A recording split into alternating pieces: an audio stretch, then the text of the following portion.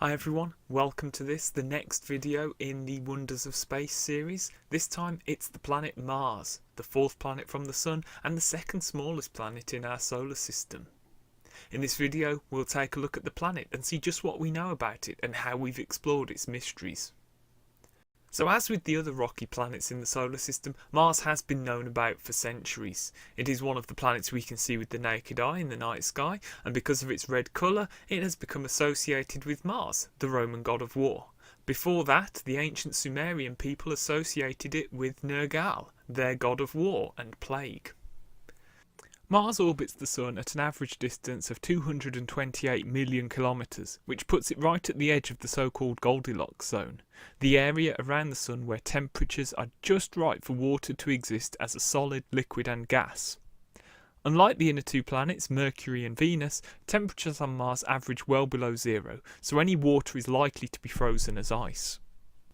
Mars has a surface gravity of around 0.37 g, remember the Earth is at 1 g, which is pretty similar to Mercury, the smallest planet in the solar system. Mars has a diameter of 6,778 kilometres, which is very roughly half that of the Earth. Martian days are known as sols, derived from the Latin name for the Sun, and employed as we have probes operating on the surface, so measuring Earth days wouldn't work. A sol on Mars is about 25 hours long, and a year is 686 Earth days long, or 668 sols long. Mars has two natural satellites in addition to the fleet of man-made satellites I'll cover later. Phobos and Deimos are believed to be asteroids that flew too close to Mars in the distant past and were captured into orbit.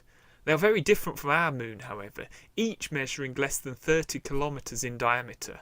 As captured asteroids, they have quite unusual orbits, and eventually scientists believe that Phobos will fall into Mars and collide with the planet. As you may know, Mars has intrigued mankind for centuries, since the first observations of the planet in the 17th century by Galileo Galilei, and later attempts to measure the distance of the Earth being made by astronomers such as Tycho Brahe, Johannes Kepler and Giovanni Cassini. Perhaps the most famous observations, however, were made by Giovanni Schiaparelli.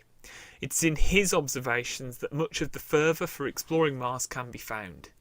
Due to a translation mistake, the observations by Schiaparelli in his native Italian, which described canali, or channels or grooves, were mistaken for the English word canals, which is a man-made structure.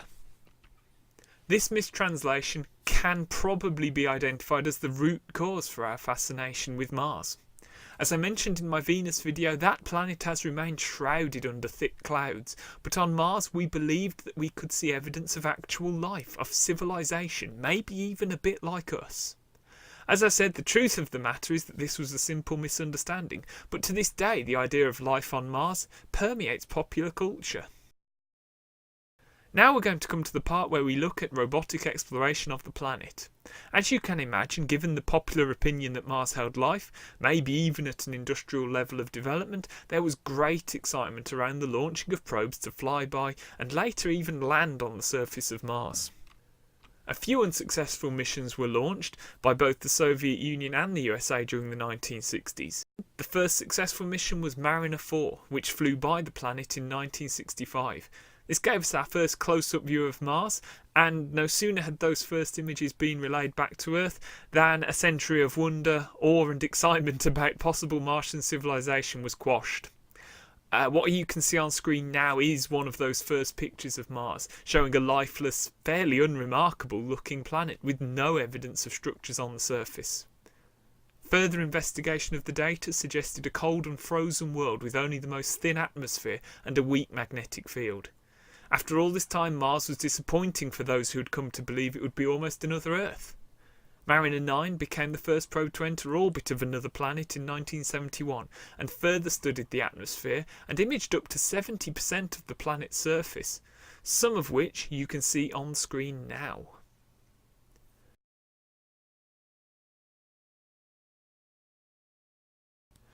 With the revelation about the inhospitable nature of the surface of Mars, the questions very quickly turned to whether or not Mars had ever been habitable in the past. The twin Viking landers successfully touched down on the surface in 1976 with the aim of analysing surface chemistry to investigate any evidence of past life. Unfortunately, the results were largely inconclusive with regards to past habitability. The planet was certainly not habitable by any standard we could set at the time, and centuries of radiation from the solar wind had stripped away at the atmosphere of Mars and had also sterilised the surface where the samples were being taken from. The Viking landers did return much information about Martian weather, seismic activity and the magnetosphere, however. So it was that Mars entered a quiet phase in exploration until the 1990s, when interest in the planet was renewed. Evidence found in a Martian meteorite appeared, to some, to show life fossilised in the rock. A slew of new robotic missions were launched, including the Mars Global Surveyor, which operated between 1997 and 2006, and the Mars Pathfinder mission, which landed in 1997 and carried the Sojourner rover. Sojourner was small but significant. It was the first wheeled vehicle to be landed on another planet. Landed in the Ares Vallis region, Sojourner was important not just because of being the first rover on Mars, it also served as a test for a new style of landing that would be used on later, larger rover missions. Because of Mars's thin atmosphere, slowing down for landing is very difficult, so NASA scientists employed a rather unusual airbag technique, where the probe was encased in airbags, which allowed it to actually bounce to a halt on the surface before deploying the probe, instead of parachuting down and firing rockets to land as the Viking probes had done.